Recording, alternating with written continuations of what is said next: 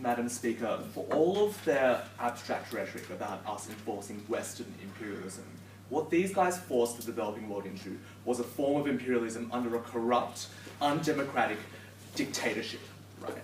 What they forced the developing world to was a curse, where there would be no long-term sustainable development, no long-term economic industries which would hold up these countries, where there was no money actually flowing through to the ordinary citizens, right? Because all this revenue was going straight to the government, but had no incentive to engage with their populace. Where these people, what these guys forced these governments into was a situation that were inherently unstable, where there was more potential for civil war, where everything was undemocratic because governments had no incentive, again, to engage with the people. We think this is a pretty awful image of development. If we're standing behind some form of Western imperialism by forcing these governments to invest in their people and treat their people with dignity and respect, then that's a form of imperialism we're happy to stand for because it's so much better than the one that these guys are subjecting the developing world to. 3 things in this speech. First of all, this issue concerning the UN and its popularity. Secondly, which model gives better economic development? And thirdly, which model incentivizes better political stability in the long term and the short term? All substantive and rebuttal will be integrated. So on this first issue of UN, right, we just think this is a nothing issue in this debate, as indicated in Sydney spending like 10 seconds on it, right? But we think that in general, our model is the one that actually incentivizes the UN to reach out the people to buy more into the UN, right? Because what happens under the status quo is the UN is seen as ineffectual from the developing world's perspective, from the people, because they are living in abject poverty, because they are living in a situation where there are ongoing civil wars, because the government is inherently put into an unstable position where like non-state actors have an incentive to like take the government control to access these natural resources. Under our model, right, we force the government to invest in the people, to spend more money on them, to engage with them, to negotiate with them. If that's what the UN's doing, we think the people have a much stronger incentive in wanting to care about the UN. And we think that's really beneficial on our side. In terms of governments too though, right, we think governments always have some degree of incentive to engaging with the UN, especially like given how like integral the UN is in terms of its aid towards like these developing countries. We think that like that's not something that's actually at stake within this debate. So, second issue, economic development, right?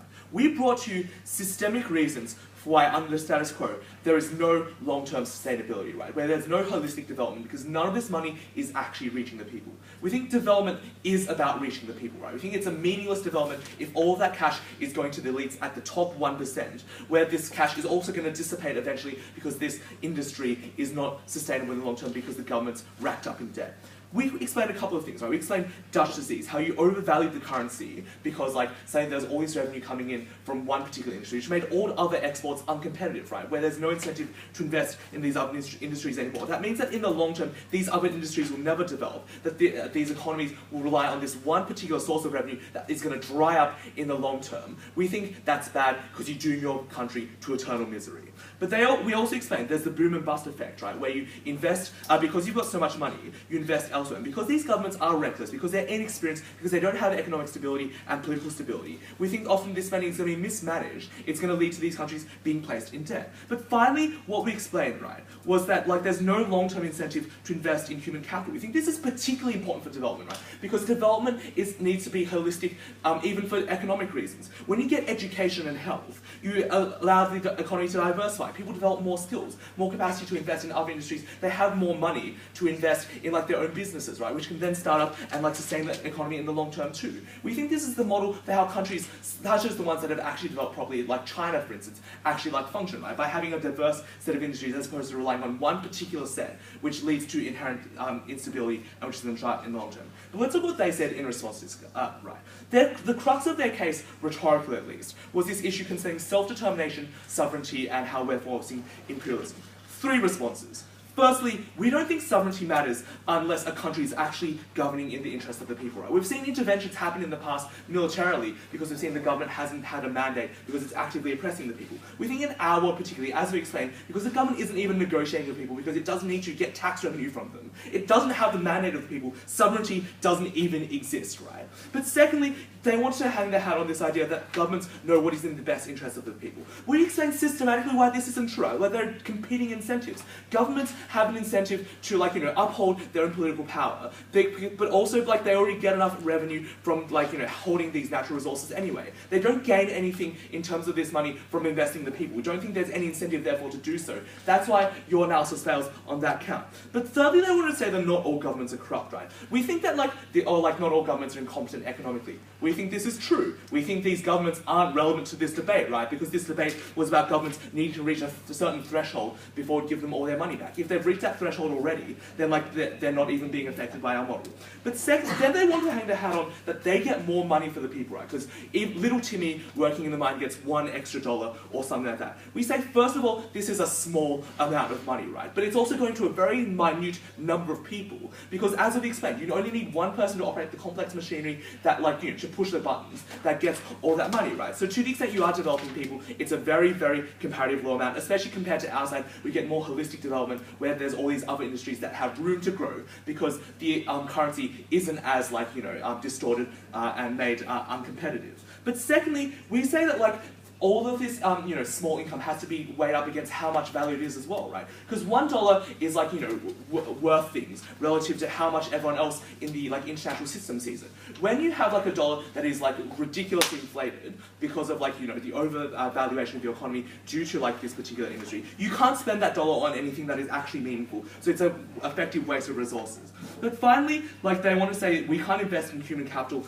unless like they have this revenue coming in from like, natural resource extraction area. We explained how under their model you didn't get investment in human capital either because there's no incentive to do so because all of your money is going to be spent on technology to further your natural resource extraction. But secondly, we modeled in, right? We were happy to give them increments of money so that they could invest gradually, right? We're happy to model in even further. We want to clarify things such as if these governments come to the UN and say that we're going to spend, if you give us this certain amount of money, we'll guarantee we'll spend it on a certain human capital project. That will give them that money too. We think there are ways around this that can ensure that there is some level of development. But finally, they said that you reduced incentives to invest, right? We think the natural resource extraction industry is still lucrative. It's something that is massive. And we think that also it's relatively, again, because we're giving them still increments of money, that is still going to be substantive enough to make people want to invest in this. That's enough reason for why there's still going to be some degree of investment. Let's talk about political stability. And this ties a lot into the economic sort of points, right? Because we think political stability comes from having an educated class of people who have access to wealth, who have access to education, who can then engage with the government ideologically, who know their own rights, who can vote, right? We think that without this kind of economic development, you have an underclass of citizens who can be oppressed, who are pushed about by a government that doesn't have to negotiate with them because they don't need to go and approach them for tax revenue, but also because the government holds so much more economic power, they can't there's no way for the average people to negotiate against the government and to push back their economic stronghold over their lives. But also we explain, right, you get political patronage, where under their world, governments have an incentive to buy groups off, to hide the fact that they're being incompetent. That also means there's less incentive for them to fix their incompetent governances, right? But finally, right, what we explained was that you created a world where there was more political instability, because now rebel groups, the army, non-state actors had an incentive to seize control of the government and take all of that, all of those natural resources and get access to all that wealth. It wasn't their burden in this debate to fix all development, right?